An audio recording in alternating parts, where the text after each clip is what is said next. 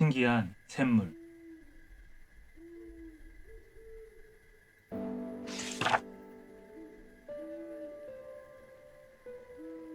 옛날 옛날 어느 산골 마을에 마음씨 착한 할아버지와 할머니가 살았다. 할아버지가 날마다 나무를 해서 겨우 먹고 살았지만 둘 다 얼굴 한번 찡그린 적이 없었다. 오늘도 할아버지는 지게를 지고 집을 나섰다. 할멈, 다녀오리다. 영감, 조심해서 다녀오세요. 마침 마을 아이들이 깔깔거리며 뛰어갔다. 얘들아, 넘어질라. 조심해야지. 할아버지는 걸음을 멈추고 흐뭇한 웃음을 지었다. 하지만 곧 표정이 어두워졌다. 할아버지와 할머니에게는 여태 자식이 없었기 때문이다. 초가집에 살아도 괜찮고 고기 반찬이 없어도 좋아. 그저 자식 하나만 있었으면. 할아버지는 길게 한숨을 내쉬었다. 영감님, 산에 가세요. 마을 사람들이 할아버지에게 손을 흔들었다. 저 나이에 자식 하나 없다니 영감님도 참 안 됐어. 그러게 말이야. 안쓰러워서 원. 그때 이웃에 사는 욕심쟁이 할아버지가 심술궂은 얼굴로 말했다.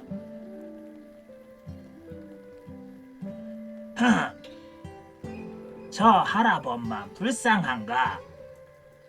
난 자식도 없고 마누라도 없는걸. 하지만 마을 사람들은 못 들은 척 일만 했다. 그러자 욕심쟁이 할아버지는 괜히 트집을 잡았다. 자네들 그렇게 대충대충 일해도 괜찮나? 하늘에서 쌀이 뚝 떨어지기라도 하는가 보군. 자기야말로 하루 종일 빈둥거리면서 얼토당토하는 소리를 하니 누가 좋아하겠는가.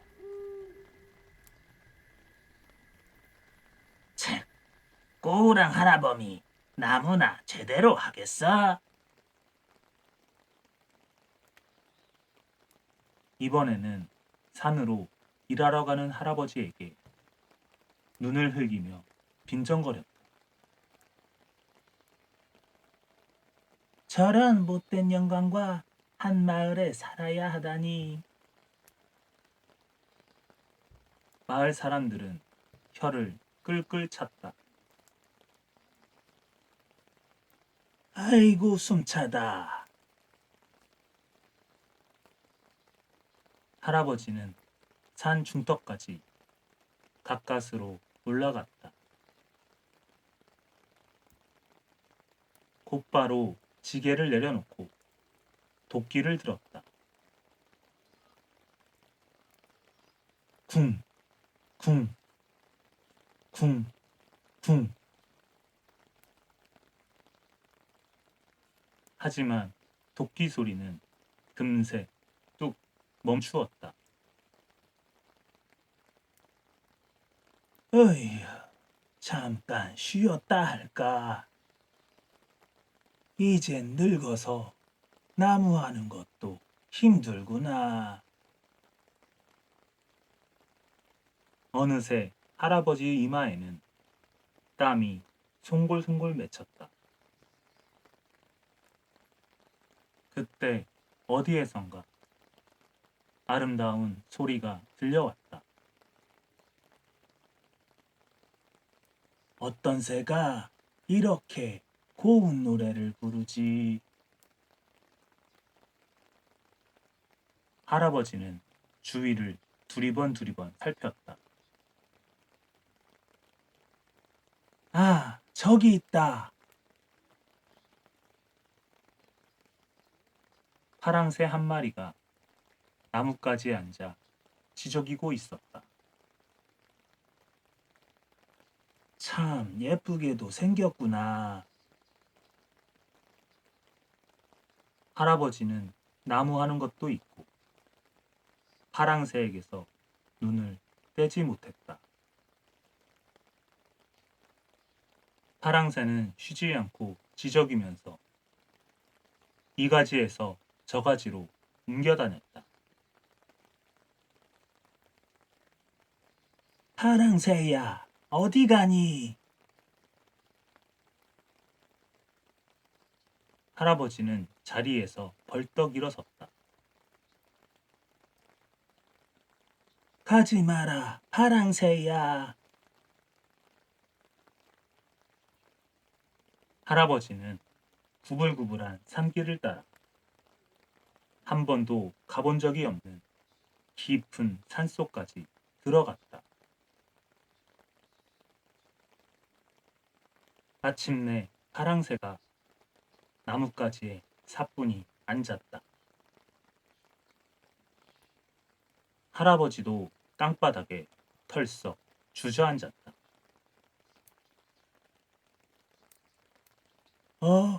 샘물이 있네. 목마르던 참에 잘 됐군. 할아버지는 꿀꺽꿀꺽 샘물을 마셨다. 그런데 갑자기 졸음이 쏟아졌다. 할아버지는 몇 번이나 하품을 하다가 스르르 잠이 들었다. 어이쿠, 깜빡 잠이 들었구나.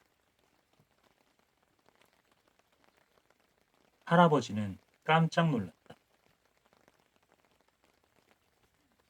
어느새 해가 져서 날이 어둑어둑했기 때문이다. 이런, 할멈이 걱정하겠군. 할아버지는 지게를 지고 서둘러 산을 내려갔다. 빈 지게라서 그런가? 너무 가벼운 걸. 할아버지는 자꾸 고개를 갸웃거렸다. 발걸음이 날아갈 듯 가뿐했기 때문이다. 할아버지가 밤늦도록 돌아오지 않자 할머니는 걱정이 되어 집 앞에 나와 있었다. 그런데 웬 젊은이가 집으로 걸어오는 게 아닌가. 거기 누구시오? 할머니가 눈을 가늘게 뜨고 물었다. 할멈, 나요, 나. 에구머니. 할머니는 털썩 주저앉고 말았다. 글쎄, 할아버지가 몰라보게 젊어진 것이다. 할멈, 왜 그러오? 할아버지는 달려가 할머니를 얼른 일으켰다. 영감, 얼굴이... 내 얼굴에 뭐가 묻었소? 할아버지가 손으로 더듬더듬 얼굴을 만졌다. 아니, 주름이 어디 갔지? 수염도 없네. 할아버지는 시냇가로 달려가 얼굴을 비춰보았다. 이런 세상에, 내가 젊어졌네. 젊어졌어. 할아버지는 곰곰이 생각하다 무릎을 탁 쳤다. 그렇구나. 그 샘물이 젊어지는 샘물이었어. 할멈도 내일 샘으로 함께 갑시다. 다음 날 아침, 할아버지는 할머니를 업고 샘이 있는 곳으로 갔다. 할머니는 샘물로 목부터 죽였다. 아, 시원하다. 샘물을 마신 할머니도 몰라보게 젊어졌다. 얼마 뒤 할아버지와 할머니는 나란히 손을 잡고 성큼성큼 산을 내려왔다. 저 사람들은 누구지? 글쎄, 누굴까? 잘 모르겠는걸. 마을 사람들은 젊어진 할아버지와 할머니를 못 알아보고 수군수군했다. 여보게, 우리라네. 할아버지와 할머니가 갑자기 젊어졌다는 소문이 눈 깜짝할 사이에 온 마을로 퍼졌다. 뭐? 꼬부랑 할아범이 젊어졌다고? 세상에 그런 일이 어디 있어? 욕심쟁이 할아버지는 콧방귀를 뀌었다. 그러면서도 슬그머니 할아버지의 집을 찾아갔다. 아, 이럴 수가. 욕심쟁이 할아버지는 너무 놀라 입을 딱 벌렸다. 할아범, 아니, 젊은이. 어떻게 해서 그렇게 젊어졌는지 좀 알려주게. 욕심쟁이 할아버지는 바짓가랑이를 붙잡고 매달렸다.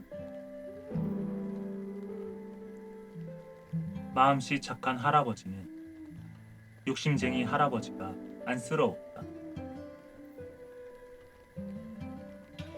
그래서 젊어진 까닭을 이야기해주고 샘물이 있는 곳도 알려주었다. 욕심쟁이 할아버지는 커다란 바가지를 들고 부랴부랴 샘물을 찾아 나섰다. 옳거니, 저 샘물이로구나. 욕심쟁이 할아버지는 바가지에 샘물을 가득 담았다. 꿀꺽, 꿀꺽, 꿀꺽, 꿀꺽. 실컷 샘물을 마시고 나니 곧 졸음이 밀려왔다. 하룻밤이 지났는데 왜 안 돌아오지? 산속에서 길을 잃었는지도 몰라요. 할아버지와 할머니는 걱정이 되어 샘물이 있는 곳으로 가보았다. 그런데 욕심쟁이 할아버지는 보이지 않고 웬 아기가 누워 있었다. 아이고, 샘물을 너무 많이 마셔서 갓난아이가 되었나 보군. 여보, 우리가 이 아기를 데려다 키워요. 그럽시다. 우리도 이제 자식이 생겼구려. 할아버지와 할머니는 아기를 데리고 돌아와 오래도록 행복하게 살았다.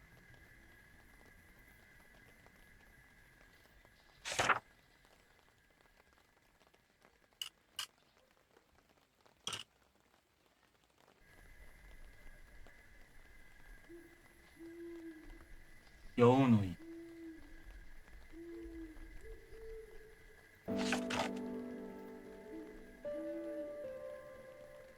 옛날 어느 마을에 부잣집 부부가 살았다. 딸이 하나라도 있었으면.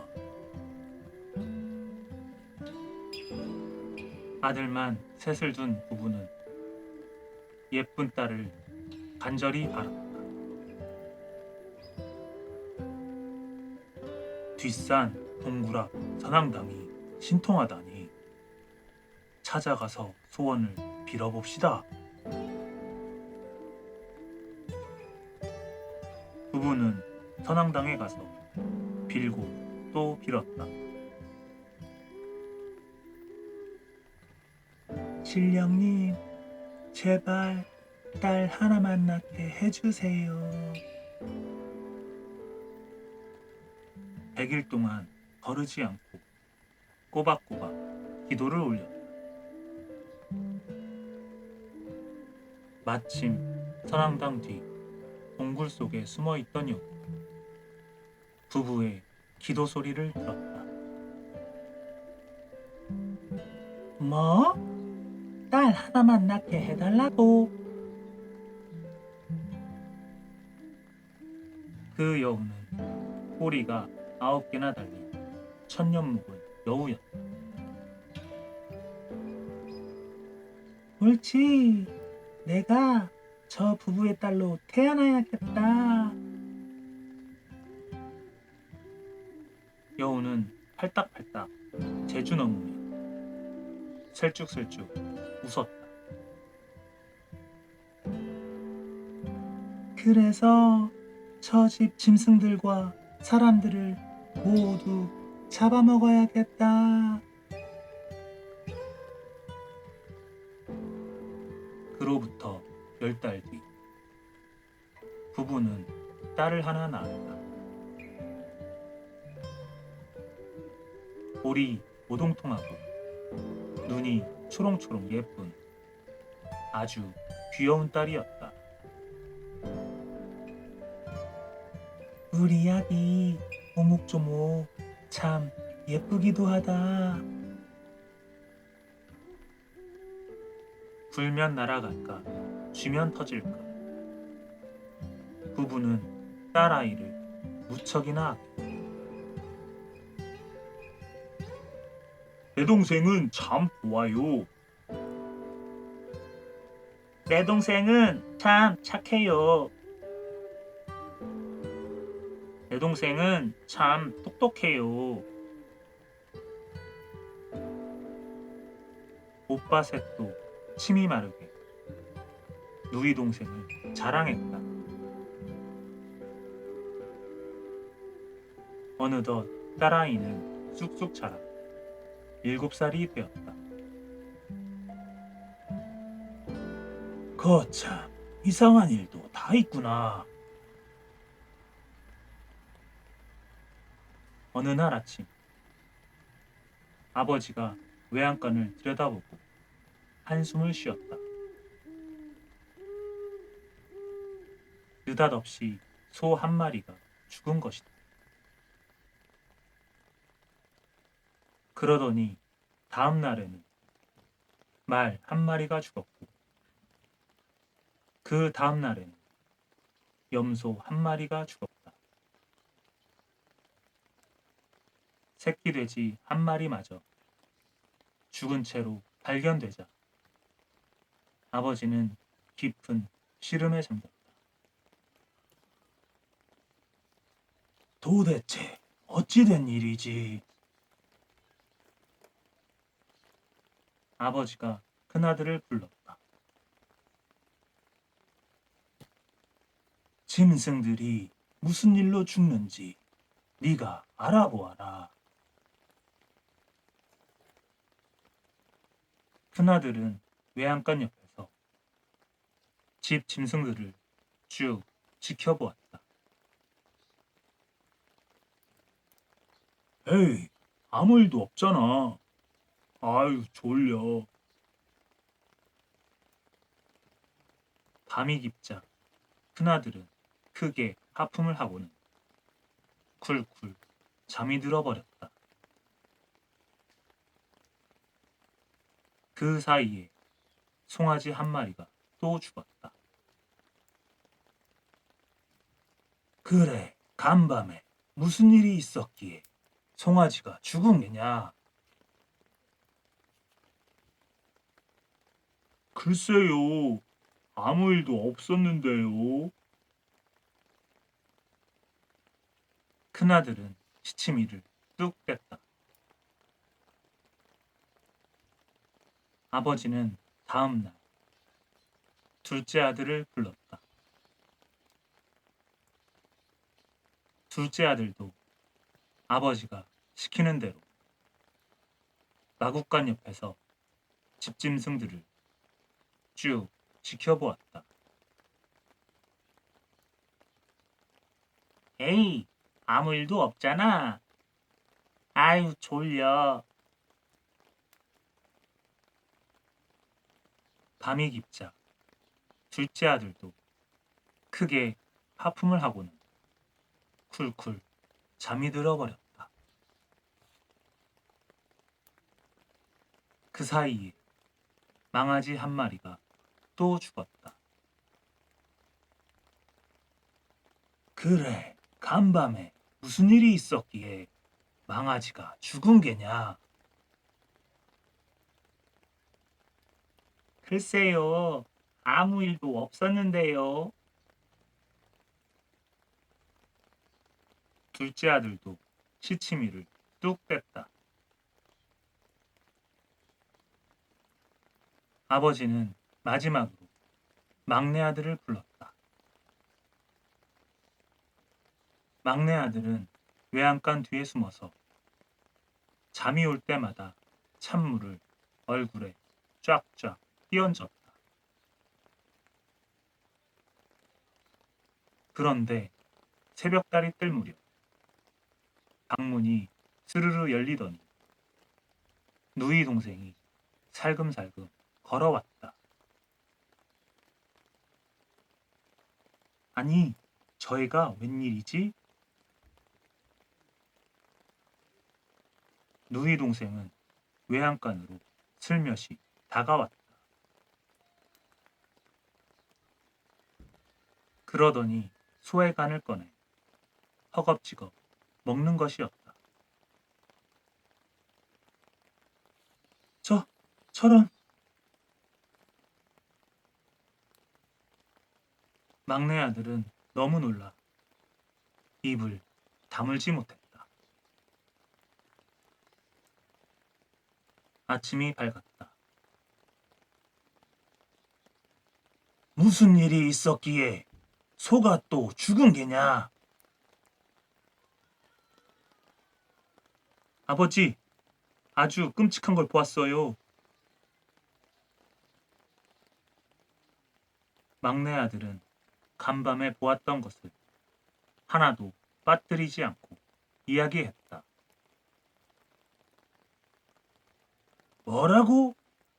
꿈을 꾼 게 아니냐? 아니에요, 아버지. 정말이에요. 네가 누이 동생을 샜네요. 말도 안 되는 소리를 하는구나. 네 이놈, 당장 내 집에서 나가라. 아버지는 화가 나서 막내 아들을 내쫓았다. 쫓겨난 막내 아들이 터덜터덜 걸어가는데 동네 아이들이 자라를 옆에 두고 불을 피우는 게 보였다. 얘들아, 그 자라를 어떻게 할 셈이니? 구워 먹을 거예요. 가만히 보니 자라는 눈물을 뚝뚝 흘리고 있었다. 막내 아들은 불쌍한 자라를 구해주고 싶었다. 얘들아, 그 자라를 내게 팔지 않겠니? 막내 아들은 주머니를 탈탈 털어서 자라를 산 다음 강에 놓아주었다.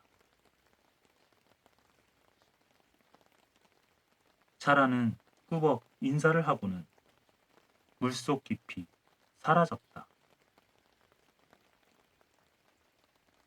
막내 아들이 한참을 더 걸어 강과 바다가 만나는 곳에 다다랐을 때였다.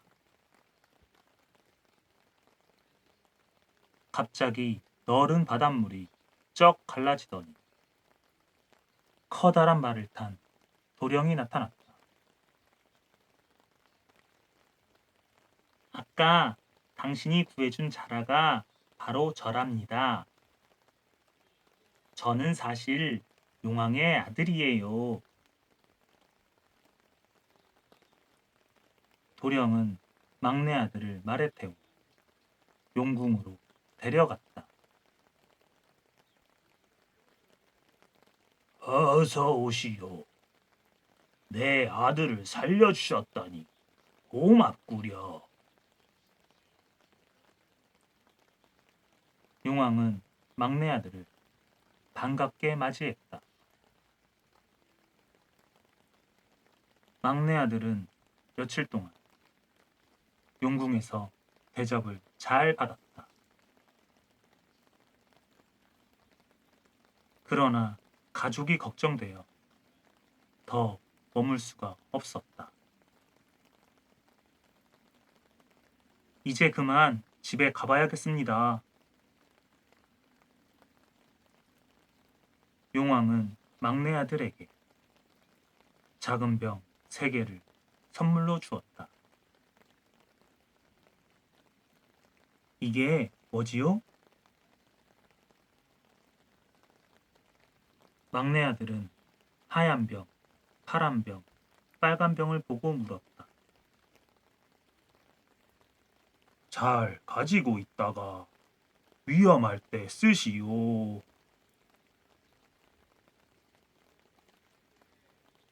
용왕은 막내 아들에게 말도 한 필 내주었다.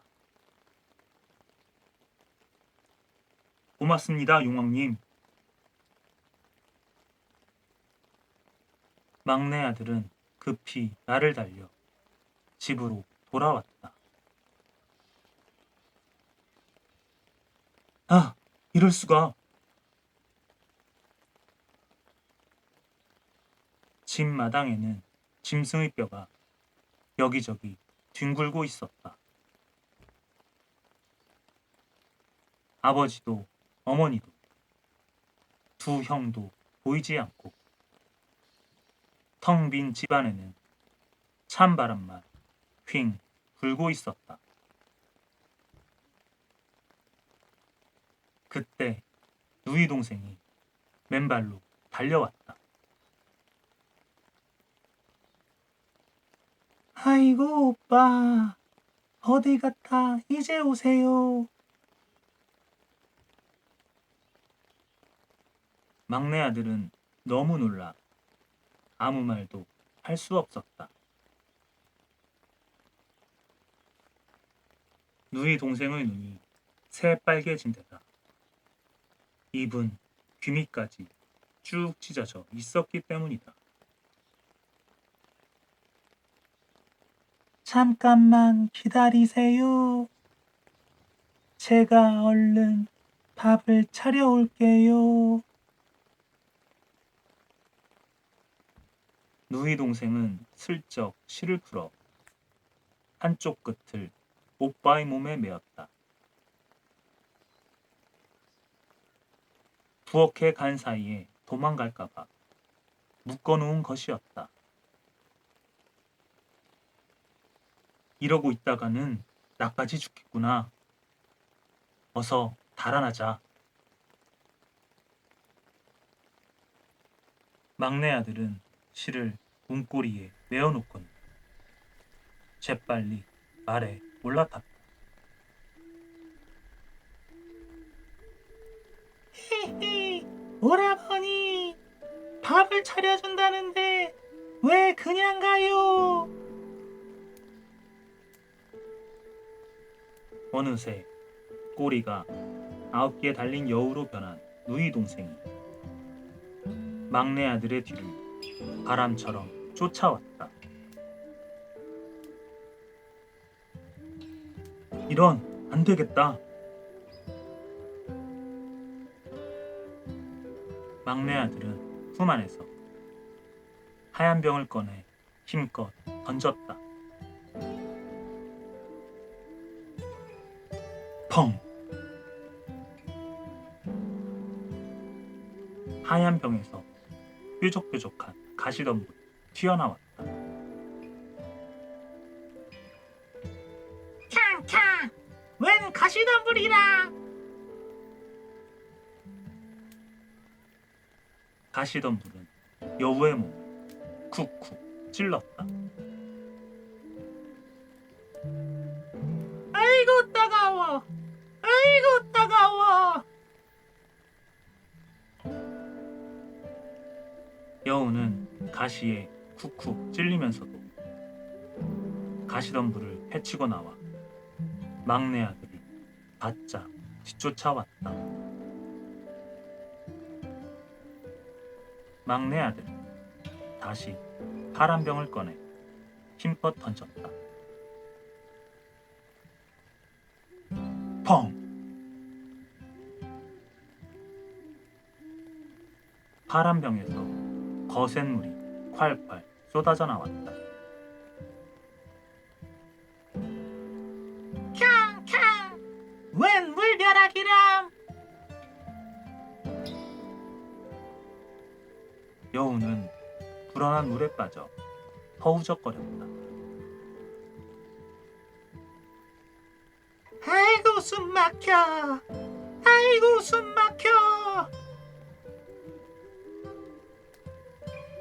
여우는 이번에도 물속을 헤엄쳐 나와 막내 아들을 바짝 뒤쫓아왔다. 막내 아들은 마지막으로 빨간 병을 꺼내 힘껏 던졌다. 펑!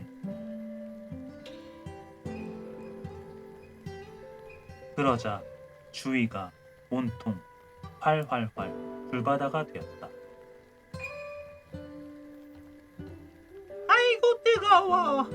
아이고 뜨거워! 여우는 펄쩍펄쩍 뛰다가 불에 타서 죽고 말았다. 아버지, 어머니, 형님. 막내 아들의 눈에서 눈물이 주르륵 흘러내렸다.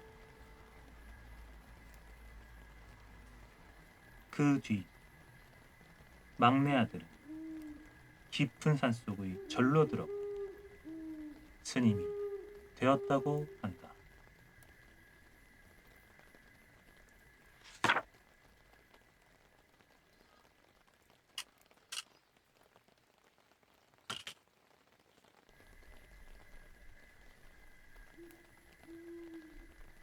주먹이.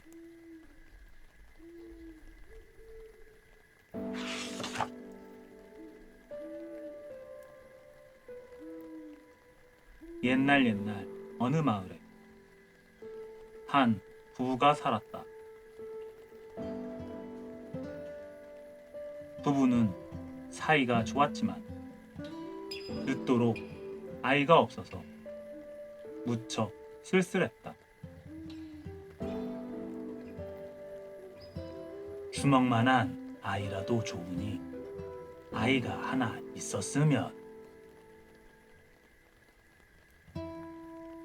부부는 날마다 산에 가서 빌었다. 제발 아이를 갖게 해주세요. 어느 날 부부에게 놀라운 일이 생겼다. 여보, 당신 배가 불룩해졌어.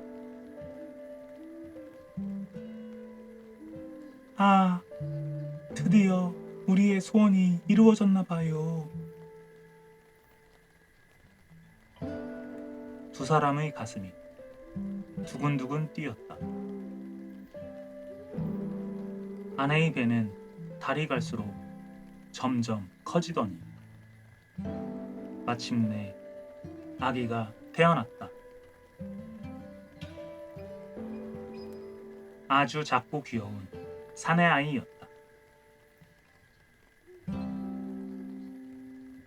세상에 이렇게 조그맣다니. 오, 내 주먹만 하군.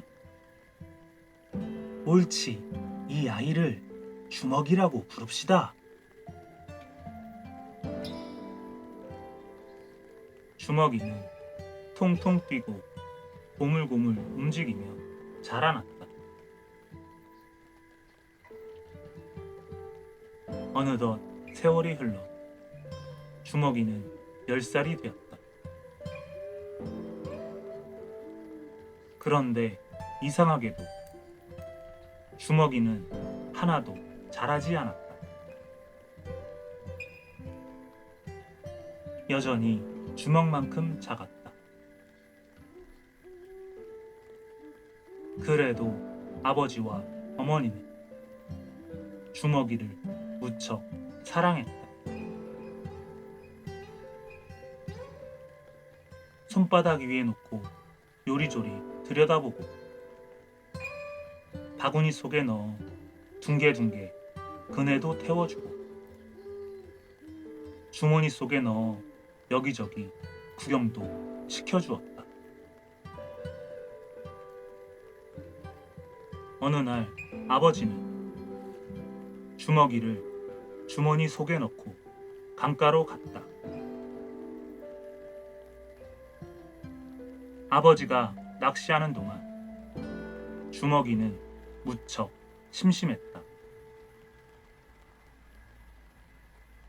아버지, 물고기 잡으셨어요? 아니, 아직. 아버지, 아직도 멀었나요? 쉿, 조용히. 주먹이는 답답해서 견딜 수가 없었다.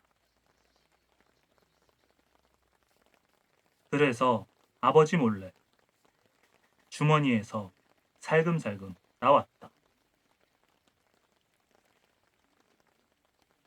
세상은 무척이나 넓었다.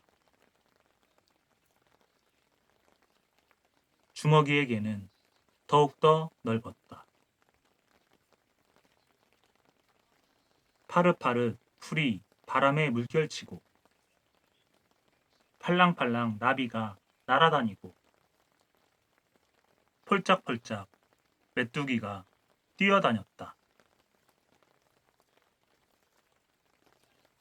주먹이는 나비와 메뚜기를 쫓아 신나게 뛰어놀았다. 한참을 정신없이 놀던 주먹이는 깜짝 놀랐다. 아버지가 보이지 않았기 때문이다. 아버지! 아버지! 아무리 불러도 대답이 없었다. 아버지! 아버지! 주먹이는 아버지를 찾아 헤매고 다녔지만 오히려 점점 멀어지고 말았다. 마침 가까이에서 우적우적 풀을 먹던 황소가 커다란 입을 쩍 벌렸다. 그러더니 그만 주먹이를 풀과 함께 꿀꺽 삼켜버렸다. 주먹이는 황소의 뱃속으로 대굴대굴 굴러떨어졌다. 내보내줘! 내보내달란 말이야! 아무리 소리를 질러도 소용이 없었다. 황소의 뱃속은 캄캄했다. 그렇지만 아주 널찍했다. 여기저기 폭신폭신한 풀도 쌓여 있었다. 에라, 모르겠다. 주먹이는 벌러덩 드러누워 쿨쿨 잠이 들었다. 그런데 한참을 자다 깨니 이상한 곳에 와 있었다. 아유, 좁고 축축하고 이 구린내는 또 뭐야? 주먹이는 코를 움켜쥐었다. 그 순간 움찔움찔 바닥이 움직이더니 주먹이의 몸이 어디론가 순식간에 쭉 밀려나갔다. 철퍼덕. 주먹이는 똥과 함께 황소의 몸 밖으로 떨어졌다. 아이고 더러워라. 주먹이는 온몸에 덕지덕지 묻은 소똥을 없애려고 풀밭에서 대굴대굴 굴러다녔다. 마침 하늘 위를 빙빙 맴돌던 솔개가 고물고물 움직이는 주먹이를 보았다. 솔개는 쏜살같이 내려와 날카로운 발톱으로 주먹이를 휙 낚아챘다. 으아! 살려줘! 주먹이는 솔개 발톱에 대롱대롱 매달려 소리쳤다. 마침 옆을 지나가던 굶주린 매가 주먹이를 가로채려고 솔개에게 매섭게 덤벼들었다. 솔개는 빼앗기지 않으려고 얼른 위로 솟구쳤다. 위로 아래로 엎치락 뒤치락.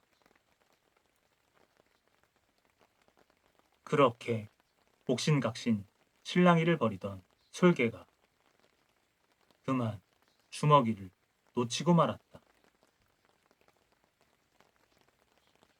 주먹이는 아래로 아래로 한없이 떨어졌다. 붕덩. 다행히 주먹이는 강물에 떨어졌다. 주먹이는 허우적허우적 몸부림을 치다가 물 위로 겨우 얼굴을 내밀었다. 아, 나뭇잎이다. 주먹이는 얼른 나뭇잎을 붙잡았다. 어이, 살았다. 이제 아버지를 찾아야지. 동실동실 동동. 주먹이는 나뭇잎 배를 타고 둥실둥실 둥둥 강물을 따라 흘러갔다. 하지만 그 어디에도 아버지는 보이지 않았다. 아버지! 아버지! 주먹이는 훌쩍훌쩍 울었다. 그때였다. 커다란 물고기가 주먹이를 보고 펄쩍 뛰어올랐다. 그러더니 한 입에 날름 주먹이를 삼켜버렸다. 물고기의 뱃속은 황소의 뱃속보다 훨씬 좁았다. 아이고 답답해. 주먹이는 물고기를 마구 꼬집었다. 제발 입 좀 벌려봐. 하지만 팔짝팔짝 뛰어도 콩콩 발을 굴러도 아무 소용이 없었다. 주머니 속에 얌전히 있을걸. 이제 물고기 뱃속에서 꼼짝없이 죽는구나. 주먹이가 엉엉 울고 있을 때였다. 어? 어? 어?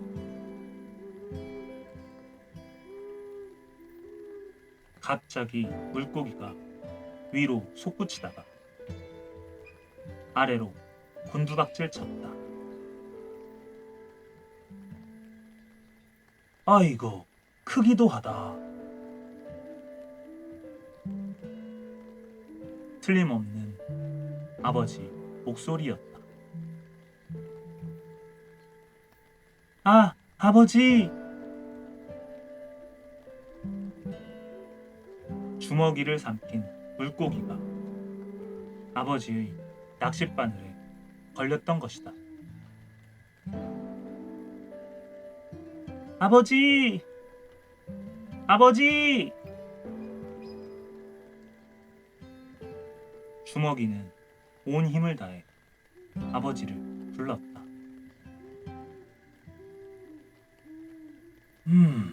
이게 무슨 소리지?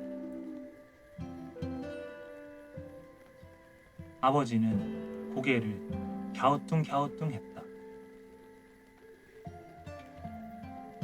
아버지! 아버지!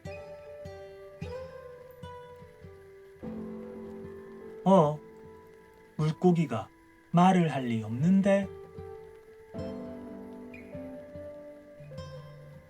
아버지는 가만가만 물고기를 살펴보았다. 물고기의 배가 울룩불룩 들썩들썩 잠시도 가만히 있지 않았다.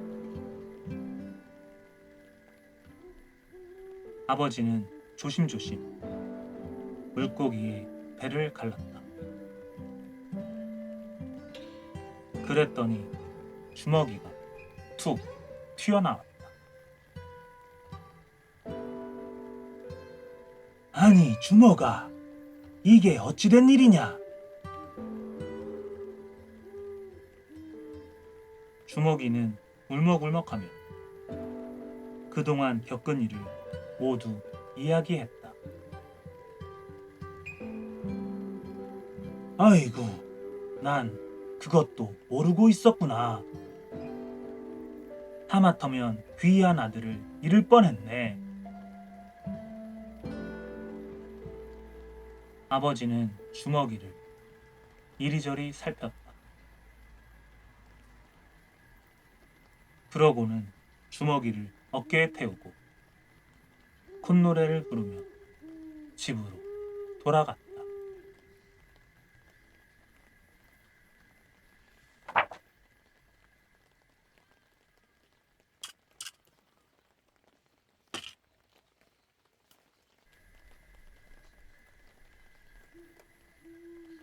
도깨비를 만났어도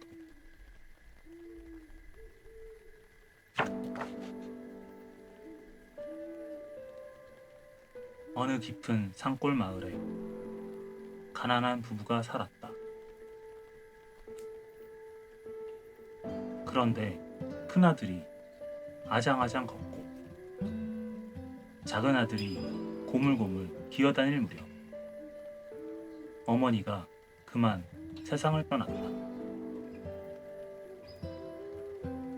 혼자 남은 아버지는 힘들게 두 아들을 키웠다. 두 아들이 다 자라 고생이 끝나는가 싶었더니 아버지가 덜컥 병으로 몸져눕고 말았다. 두 아들은 온 산을 뒤져 약초를 캤다. 그리고 정성껏 다려드렸지만 아버지의 병은 조금도 나아지지 않았다. 큰아들이 작은 아들에게 말했다. 산 너머 부잣집에 가서 무슨 일이라도 해야겠다. 내가 돈을 벌어 의원을 모셔올 테니 그때까지 아버지를 잘 모시고 있으렴. 큰아들이 힘들게 고생할 생각을 하니 작은 아들의 눈에 눈물이 핑 돌았다. 형님, 이 느티나무 막대기를 지팡이 삼아 짚고 가요. 큰아들은 느티나무 막대기를 짚고 산 너머 마을로 떠났다. 워낙 깊은 산골이라 부지런히 걸었는데도 어느새 날이 어둑어둑해졌다. 오늘 밤은 산속에서 보내야겠구나. 큰아들은 차가운 밤이슬을 피해 하룻밤 쉬어갈 자리를 찾아보았다. 마침 두 개의 무덤 사이에 오목한 곳이 있었다. 여기에서 한 잠 자고 가야겠다. 여기에서 한 잠 자고 가야겠다. 큰아들은 몹시 피곤했지만 아버지를 생각하니 잠이 오지 않았다.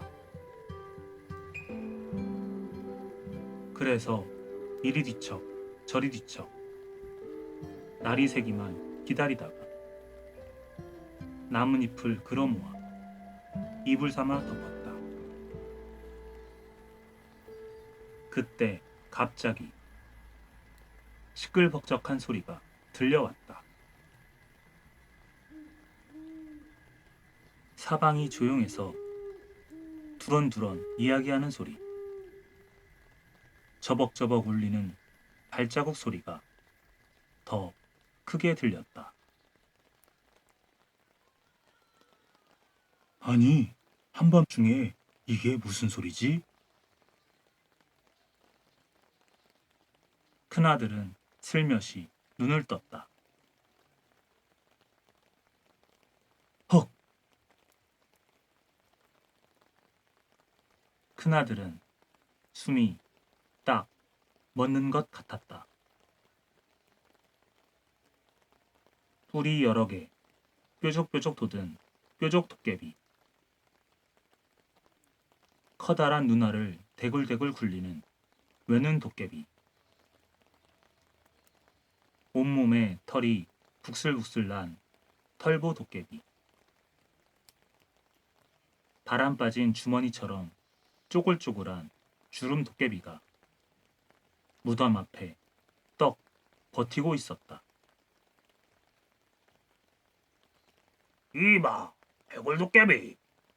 어서 일어나라고.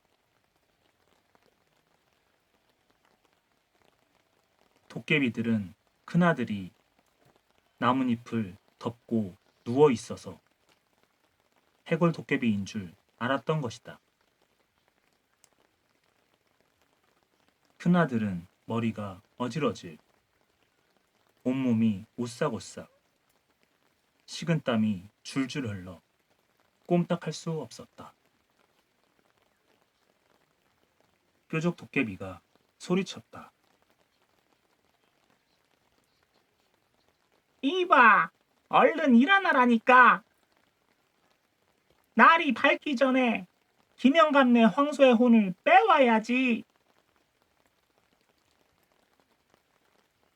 큰아들은 정신을 바짝 차리고 떨리는 목소리로 말했다. 자, 자네들 왔나? 그런데 이를 어쩌지? 몸이 으슬으슬한 게 감기가 온 모양이야. 그냥 자네들끼리나 가게나. 뾰족 도깨비는 고개를 절레절레 저었다. 아니, 자네가 먼저 가자고 해놓고 그 무슨 말인가?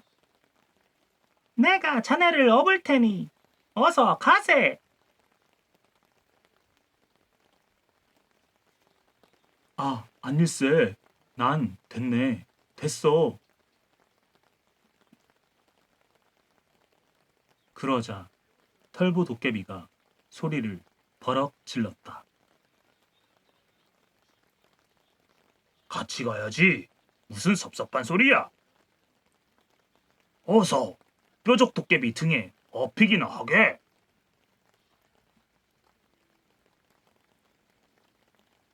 외눈 도깨비도 큰아들을 재촉했다. 심술꾸러기 김영감을 혼내주기로 마음먹은 걸 벌써 잊었단 말인가? 자, 날이 밝기 전에 어서 다녀오세. 큰아들은 할 수 없이 뾰족 도깨비 등에 업혔다. 휘영청 달 밝은 밤에 도깨비들이 떼지어 김영감이 사는 마을로 내려갔다. 얼마쯤 갔을 때 뾰족 도깨비가 고개를 갸웃거렸다. 왜 이렇게 무겁지? 도깨비가 이렇게 무거울 리 없는데. 큰아들이 깜짝 놀라 얼른 둘러댔다. 몸이 아파 축 늘어져서 그렇지. 산을 넘어 한참 걸어가다가 뾰족 도깨비가 또 고개를 갸웃거렸다. 아무래도 이상하단 말이야. 자네, 팔 좀 내밀어 보게.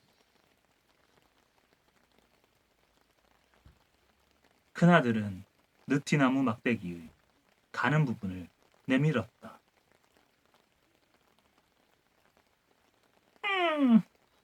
다리도 한번 내밀어 보게.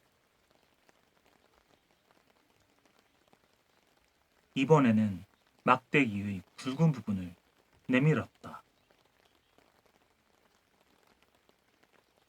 아하, 아프다더니 뼈에 물이 생겨 무거운 모양이군.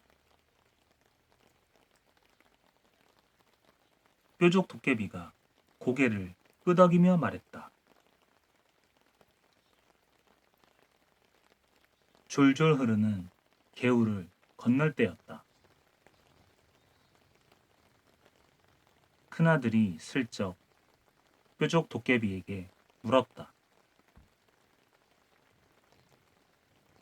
참, 김영감이 무슨 심수를 부렸더라? 아니, 그걸 잊었단 말인가? 불난 집에 부채질하기, 똥싸나이 눌러앉히기, 호박에 말뚝박기, 우는 아이 꼬집기. 어디 그뿐인가? 싫어하는 줄 뻔히 알면서 팥죽을 쑤어 우리가 잘 다니는 길에 뿌리지를 않나.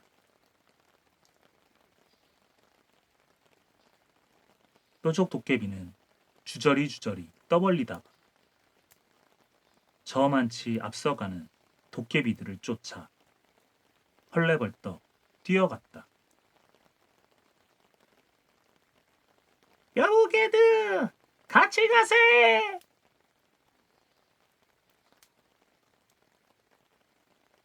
어느새 뾰족 도깨비는 외양간 앞에 큰아들을 내려놓았다. 자네는 여기서 구경이나 하게. 쪼글쪼글 주름 도깨비가 잠든 황소에게 다가갔다. 이제 내가 나설 차례군. 그리고 숨을 힘껏 들이마시자 황소의 혼이 쑥 빨려 나왔다. 주름 도깨비의 몸은 금세 팽팽해졌다. 헤헤, 이 정도야. 식은 죽 먹기지. 주름 도깨비는 둥실둥실 부푼 몸을 신나게 흔들었다. 큰아들은 너무 놀라 풀썩 주저앉았다. 자네 또 왜 그러나?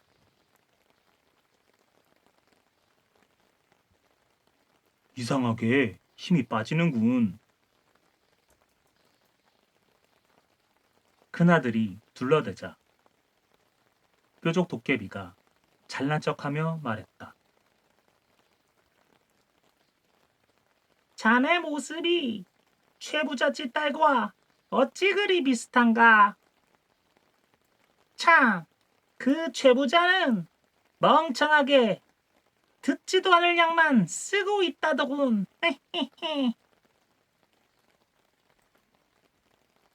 아, 그렇다면 아버지와 같은 병인데. 큰아들은 얼른 마음을 가라앉히고 울었다. 하하, 어리석기는. 그런데 병을 고치려면 어찌해야 하더라? 뾰족 도깨비가 희죽희죽 웃었다. 이 친구가 새삼스럽게 병은 무슨 잠보도깨비가 들어가서 그런 거잖아. 요즘 잠보도깨비 가족이 심심한지 설치고 다닌다네. 그 친구들은 쑥물이라면 질색을 하니 쑥물만 마시면 금세 쫓아낼 수 있지. 그때 수탉의 우렁찬 울음소리가 들려왔다. 꼭두! 꼭두! 어이쿠, 큰일 났네. 밝았구나. 도깨비들은 허둥지둥 달아나 버렸다. 큰아들은 그 길로 최부잣집을 찾아갔다. 뾰족 도깨비가 말한 대로 최부잣집 딸은 기운을 못 차리고 축 늘어져 있었다. 큰아들은 얼른 쑥물을 가져오게 했다. 최부잣집 딸은 쑥물을 마시더니 거짓말처럼 자리에서 벌떡 일어났다. 최부자는 뛸 듯이 기뻐했다. 고맙네, 고마워. 부디 내 사위가 되어주게. 큰아들은 그러기로 약속하고 집으로 달려갔다. 날이 저물기 전 큰아들은 집으로 돌아왔다. 아버지, 어서 쑥물 좀 드셔보세요. 아버지는 쑥물을 꿀꺽꿀꺽 마시더니 자리에서 벌떡 일어났다. 작은 아들이 몹시 기뻐하며 물었다. 형님, 이게 어찌된 일이에요? 하하, 그게 말이다. 큰아들은 신이 나서 도깨비 이야기를 들려주었다. 이듬해 봄, 큰아들은 최부잣집 딸과 결혼식을 올렸다. 아유, 신부가 복기도 하지. 신랑이 그렇게 모자라네요. 마을 사람들은 너도 나도 어여쁜 신부와 늠름한 신랑을 칭찬했다. 큰아들은 도깨비를 만났어도 정신을 바짝 차려서 아버지의 병을 말끔히 고칠 수가 있었다. 그리고 예쁜 택시까지 맞이하여 오래오래 행복하게 살았다고 한다.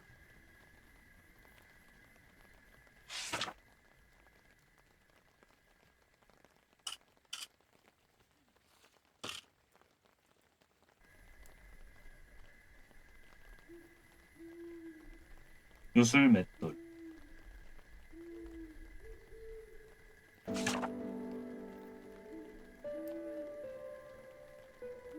아주 먼 옛날, 어느 임금님에게 신기한 요술 맷돌이 있었다.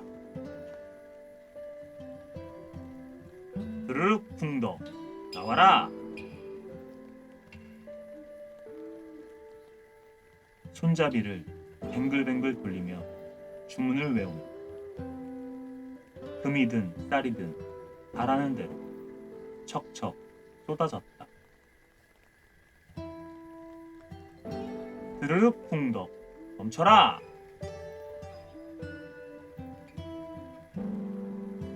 다시 주문을 외우며 쏟아지는 것이 뚝 그쳤다.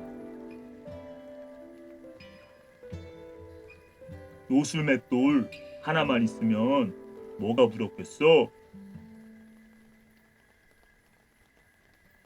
글쎄 말이야, 임금님은 참 복도 많아.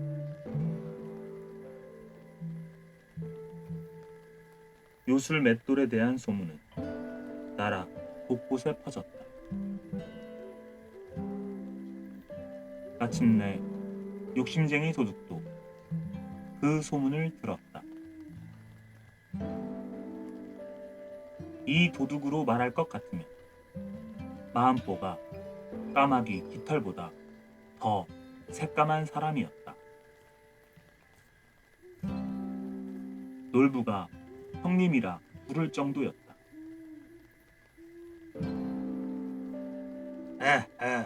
요술 맷돌이라고. 당장 가서 훔쳐야겠다. 그날 밤 도둑은 궁궐로 숨어 들어갔다. 도둑이다. 도둑 잡아라. 임금님의 목소리가 궁궐 안에 쩌렁쩌렁 울렸다. 걸음아, 날 살려라.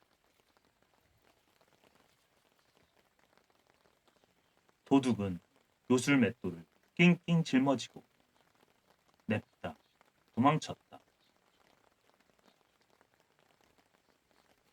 아이고, 무거워라. 간신히 바닷가로 달려온 도둑은 미리 마련해둔 배에 냉큼 올라탔다. 으하하, 살았다. 도둑은 콧노래를 부르며 노를 저었다. 그런데 문득 궁금해졌다. 정말 맷돌에서 뭐든지 나올까? 아이고, 못 참겠다. 당장 알아봐야지. 밥이 나오게 할까? 돈이 나오게 할까? 아니야. 이왕이면 소금이 나오게 하자. 옛날에는 소금이 아주 귀하고 값도 비쌌기 때문이다. 도둑은 요술맷돌 손잡이를 뱅글뱅글 돌렸다. 드르륵 쿵덕. 나와라, 소금.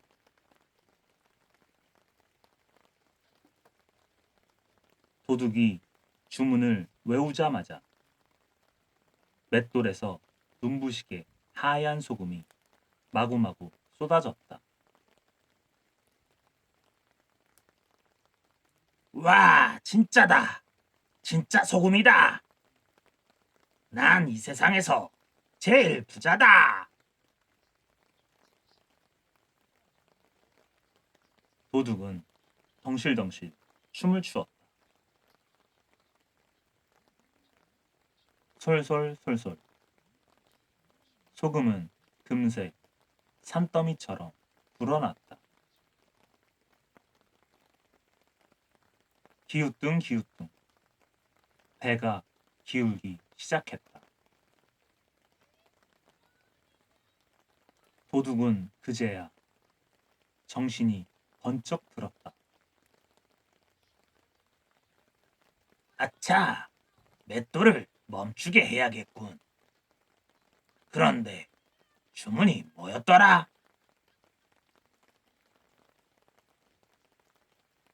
도둑은 발을 동동 굴렀다. 가만, 드르륵 쿵쿵 멈춰라. 아니야, 드르륵 철컥 멈춰라. 아니, 이것도 아닌데. 아, 맞아. 드르릉 쿨쿨 멈춰라, 소금. 하지만 소금은 계속해서 술술 쏟아졌다.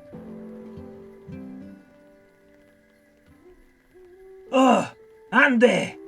그만 멈추라니까. 아! 사람 살려. 사람 살려. 마침내 배가 바닷속으로 가라앉았다. 욕심쟁이 도둑도 바닷속으로 가라앉았다. 요술맷돌도 바닷속으로 가라앉고 말았다. 드르륵 드르륵 드르륵 드르륵. 요술맷돌은 지금도 바닷속에서 쉴 새 없이 소금을 쏟아내고 있다고 한다. 그래서 바닷물이 그렇게 짜다고 한다.